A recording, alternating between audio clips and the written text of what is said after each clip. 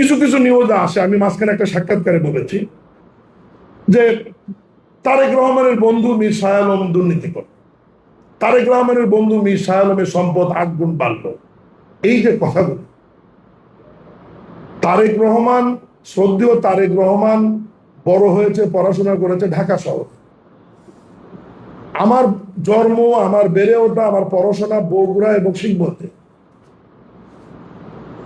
ওনার সঙ্গে আমার রাজনৈতিকভাবে সাক্ষাৎই হয়েছে 93-94 সালে।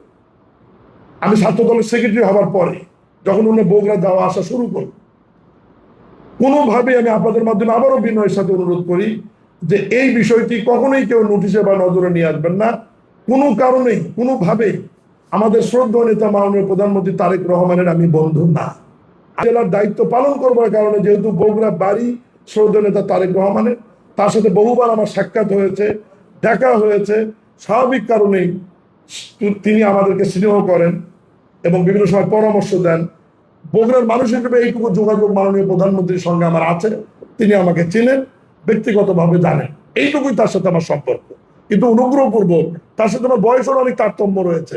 সব মিলিয়ে এই যে মানুষের সামনে যদি উপস্থাপন করেন যে তারেক রহমানের বন্ধু মীর শাহ আলম এটা করলো, এই জিনিসটা আমি এবং আমার পরিবার বা সমাজের অন্য মানুষ নিশ্চয়ই ভালোভাবে নেবেন না। অনুগ্রহপূর্বক এই জিনিসটা থেকে, এই বিষয়টা থেকে আপনারা একটু দূরে আসবেন বা সবাইকে সজাগ করবেন, এইটুকু আমি অনুরোধ করছি। আমার মনে হয় কথায় কথা আজকে অনেক কথা বলে ফেলছি, তবে আপনাদের কাছে বিনয়ের সাথে আর একটা অনুরোধ করব, এর মধ্যে কিছু কথা ভালো আছে, মন্দও আছে। আপনারা তো সব মেধাবী, ট্যালেন্ট সাংবাদিক। কেউ কেউ আছে যে আগের কথা বাদ দেয়, মাঝখান কাটকার রাখে, আবার শেষেরটা বাদ দেয়, ফলে হয়তো ওটা অ্যাটাকিং হয়ে যায়, বা মনে হয় যে আমি আরো দোষারোপের মতো কিছু করে ফেলছি। দয়া করে এই জিনিসটা ভাই করবেন না। আমার কথা যেটুকু বলছি ওটা সম্পূর্ণটা শেষ করে মানুষকে শোনাবেন, আমার কোনো সমস্যা নেই। কিন্তু মাঝখানে এই যে ধরেন আমি যে কথাটা বললাম যে তারেক রহমান জনাব তারেক রহমান আমার বন্ধু না, না শব্দটা যদি কেটে দেন, দিয়ে মিডিয়াতে ছেড়ে দেন, তাহলে কি হলো? মীর শাহ আলম আজকেই ঘোষণা দিল তারেক রহমান ওনার বন্ধু, না শব্দটা বাদ দিতে। এই ট্যালেন্ট, এই জ্ঞান, এই মেধা আপনাদের মধ্যে আছে। আরেকটা পরিচয় আমি দেইনি আপনাদের কাছে। আমি একসময় আপনাদের সহকর্মী ছিলাম। আমি ছাত্র দলের সাধারণ সম্পাদক থাকা অবস্থায় আমি শিখবন্ধু প্রেস ক্লাবে সাংবাদিকতা করেছি এবং শিখবন্ধু প্রেস ক্লাবের নির্বাচিত সাধারণ সম্পাদক ছিলাম, নির্বাচিত ইলেক্টেড সাধারণ সম্পাদক ছিলাম।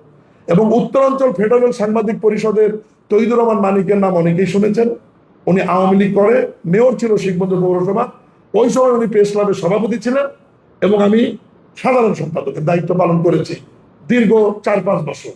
পরে চেয়ারম্যানের দায়িত্ব নেওয়ার পরে আমি আমার পেশা থেকে রিজাইন দিয়ে সরে এসেছি, কারণ তখন ওটা আবার কনফ্লিক্ট অফ ইন্টারেস্ট হবে।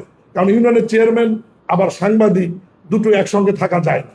এই কারণে আপনাদের কোনো এক সময়ে সহকর্মী হিসাবে আপনাদের কাছ থেকে তো আমি সহযোগিতা চাইতেই পারি, এই অধিকার তো আমার আছে আপনাদের কাছে।